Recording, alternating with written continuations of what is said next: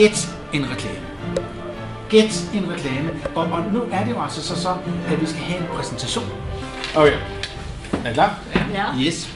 Jamen, jeg havde skrevet, nu havde jeg ikke fået skrevet sådan helt ordentligt, men... Altså, sagt på forhånd, så kunne man jo forestille sig ud af noget om nogle farver. Det var godt nok ikke lige det, vi troede.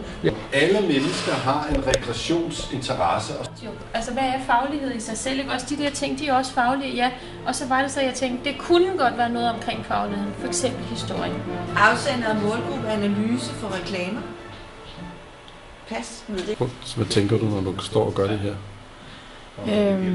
Jeg synes faktisk, det er meget godt. Altså, jeg havde troet, at lige til at starte med, synes jeg, det var sådan lidt svært, fordi hvad kunne jeg nu præstere i det her? Men det er jo ikke sådan, at vi har haft det rigtige i hænderne, så jeg har prøvet det en gang, når jeg sagde, men det kommer du jo ikke videre med det der. Der får du ikke tænkt nyt. Der tænker du det, som du hele tiden har tænkt. Fodbolddrengene ikke får lov til at vælge hinanden. Ja, fordi det har kørt sådan meget, at de har selv styret med egentlig. Så det faktisk er der indbygget en kritik af noget af det, I har lavet?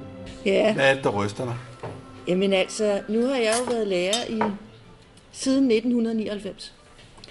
Og det var jo ved Storylines indtog. Og jeg kan jo, hvis der er noget, jeg er ekspert i, så er det et storyline-skema. Så al undervisningen, jeg laver, det er jo på forhånd lavet ned i mindste detalje efter storyline-pædagogikken.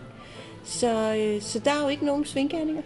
Og nu vil I simpelthen have, at jeg skal kaste i skraldespanden. Jeg synes, I har sat nogle nye tanker i gang hos mig. Det har været spændende, interessant. Nu må vi se, om vi kan finde ud af at køre uden GPS.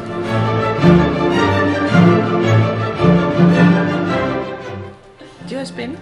Det var godt at være aktiv. Der sker noget uventet, og tankerne de kommer i en anden retning, end hvis jeg bare sad og gjorde det selv. Og så synes jeg, jeg er meget heldig at være her.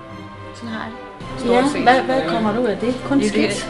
Ja, det har der jo så gjort indtil nu. Lærerne har jo siddet op på, kan man så sige, det er der, jeg overtager dem sidste år. Så der stopper jeg den der, men jeg kunne godt tænke mig at komme trænet videre nu.